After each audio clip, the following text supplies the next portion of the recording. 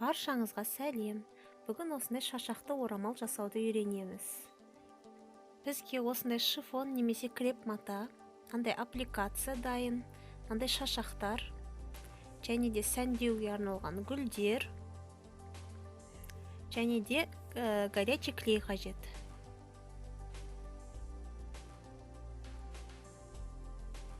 Ең алдымен матамызды 4 бұрышты қылып, жан жақтарын тегіс қылып қырқып аламыз. Менде квадрат болды, 1 метрде 1 метр деп алдым. Ені 1 метр, ұзындығы 1 метр.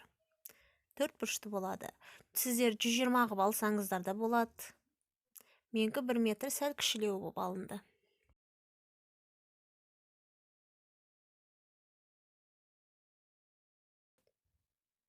Матамыздың осындай шет жақтарын алып тастау қажет. Енді орамалымыздың шет-шеттен обработка жасаудан бастаймыз. Осылай екі қайырып, жіңішке қылып тігіп шығуға болады. Французский шовқов немесе оверлоктың роликовый шовымен тігіп шықсақ болады.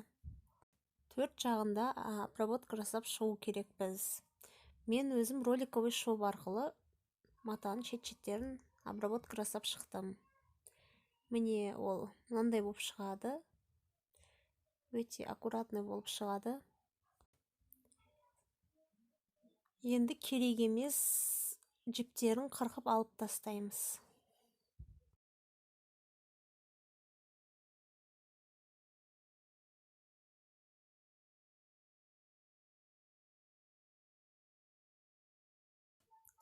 Матамызды 3 бұрышты қылып 2 қабаттап аламыз. Шашақты бетіндегі 2 бұрышына ғана тігеміз. Видеода көрсетілгендей қылып тігу керек.